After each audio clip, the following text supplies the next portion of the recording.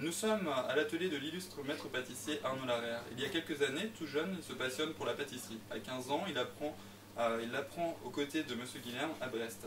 Il a fait ses armes dans la pâtisserie les plus renommées de Paris, Pelletier, de Loyau, la Maison Fouchon. Aujourd'hui, sans cesse en quête de renouveau, il expérimente toujours de nouvelles techniques. Situé dans le 18e arrondissement, Arnaud Larère a accepté de nous recevoir à l'atelier Arnaud Larère. Voilà. Merci de nous recevoir. Merci, bienvenue. Merci beaucoup. Alors du coup, j'étais venu vous rencontrer pour justement en connaître un peu plus sur vous. Déjà, pourquoi avez-vous choisi le 18e arrondissement il y a 15 ans pour vous installer?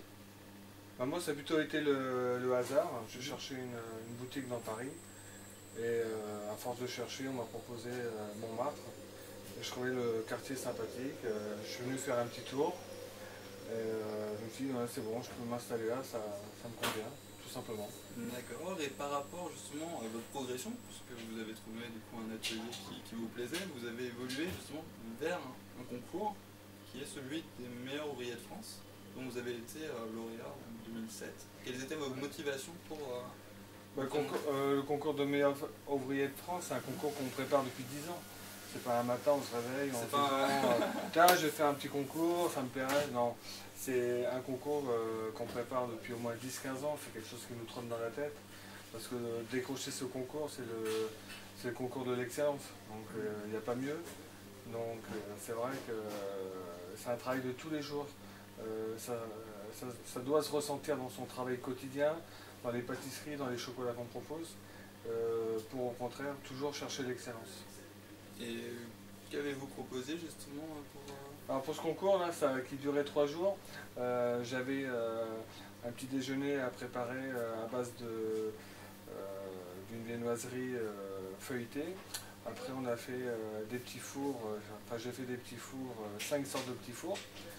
Ensuite j'ai fait une pièce en chocolat, j'ai fait des petits bonbons au chocolat, 2 sortes de bonbons au chocolat, j'ai fait des petites sucettes en chocolat fourrées, j'ai fait une pièce en sucre, une pièce artistique, où c'est un couple de mariés en sucre qui danse. Voilà. Ensuite, il y avait aussi un entremets superposé, c'était l'entremet des mariés. Il y avait aussi le dessert des mariés, donc j'ai fait 6 desserts sur assiette. Tout ça en 3 jours? Tout ça en 3 jours. Avec des pauses de temps en temps? Ouais, la nuit on dort, c'est tout. Ah, vous dormez quand même. Et du coup, ça, c'est des thèmes imposés par le concours ou ouais, c'est imposé et libre à la fois. C'est qu'on vous demande de faire un gâteau superposé pour 50 personnes. Vous faites ce que vous voulez. Chocolat, vanille, framboise. Carte blanche. Carte blanche. Mais il faut un gâteau, 50 personnes superposé. En 3 mots, pour vous, qu'est-ce qu'une bonne pâtisserie? C'est une pâtisserie que quand on met un coup de cuillère, on a envie de mettre un deuxième. Un deuxième? Et un troisième? Ou un troisième. Voilà, pour moi, ça doit être bon, simple, efficace.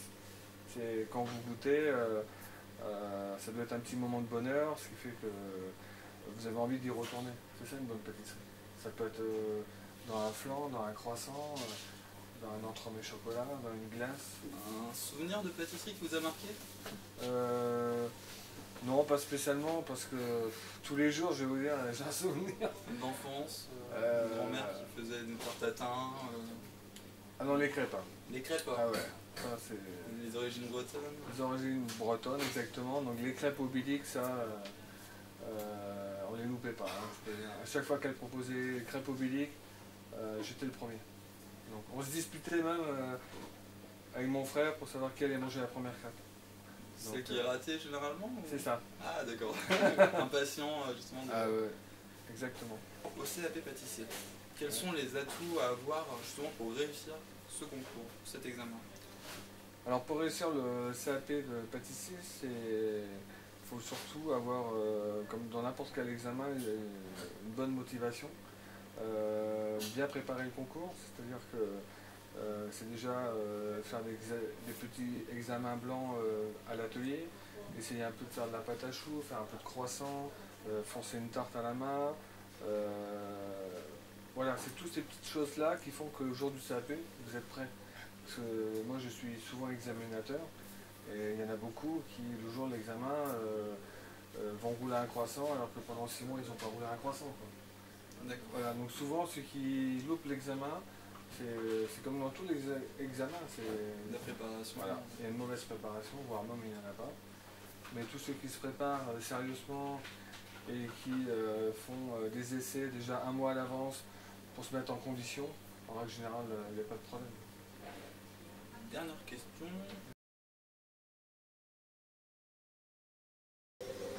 Bah, alors pour la fête des vendanges de Montmartre, j'ai fait du chocolat pour le goûter des enfants. Cette année, ils m'ont sollicité parce que c'est axé sur la gourmandise. Donc j'ai fait ça. J'ai aussi fait une robe en chocolat avec un artiste. On a fait ça à la mairie du 18e. C'était super sympa. C'est bien amusé.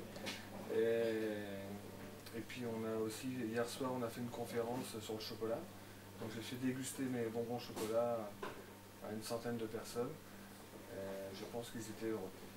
Apparemment, j'ai eu des retours derrière la caméra. Écoutez, merci beaucoup Arnaud Larère d'avoir pris le temps de nous recevoir à l'atelier qui porte votre nom.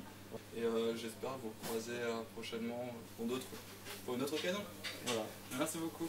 Bonne journée. À vous aussi. Merci.